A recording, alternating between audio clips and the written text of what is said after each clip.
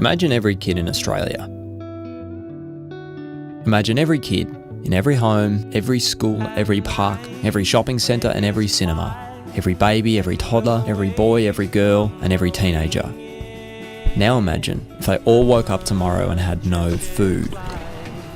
That's what 4 million kids with no food security looks like. Food security. It doesn't mean locking away your chocolate. It means whether or not food is available. If you can even afford to buy food. And if you're getting something, if it's enough to sustain your life. What do you think would happen if every one of those 4 million Australian kids had no food security? It's rarely a problem in Australia. We are so sure we will always have more, we throw away over $20 million worth of food every day. Globally, more than 1 billion people live in the kind of poverty that threatens their food security.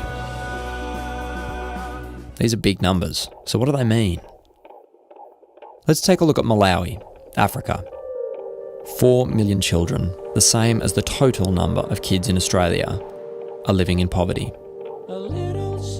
Drought and erratic rainfall have caused crops to fail, which means essential basic foods are in short supply.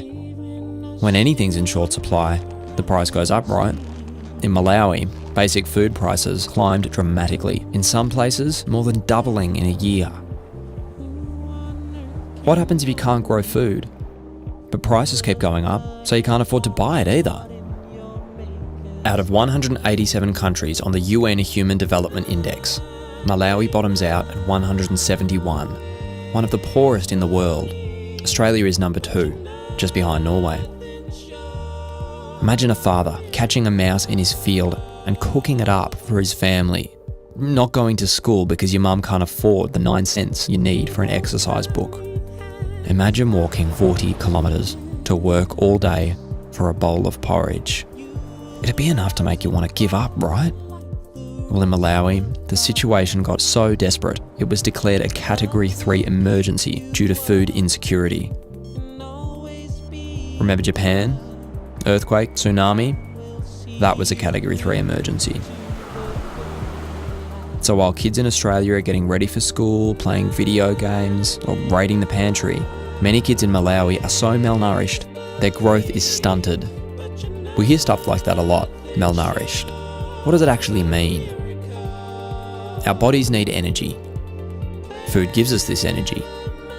If you don't eat enough, your body feeds itself from things like fat stored in your system. This means the body is eating itself from the inside. It's a full-on way of explaining it, but it's the truth. Malnutrition stunts the growth of your body and your brain and your organs. It makes you tired, gives you headaches, you can't concentrate, you get sick. It can make your hair turn white. In the end, your body gives up. That kid, and those kids are all at risk of malnutrition. The thing is, food security is every child's human right. It's part of the UN Convention on the Rights of the Child, and you may be surprised by all the rights kids actually have. If the situation in Malawi seems bad, that's because it is. But before you give up, there's one more thing you need to know, and it is something good.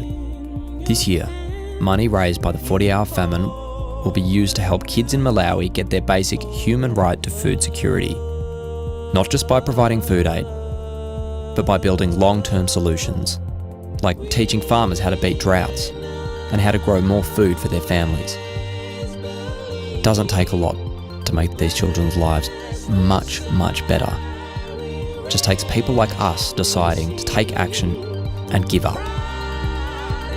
Give up. Do the 40-hour famine.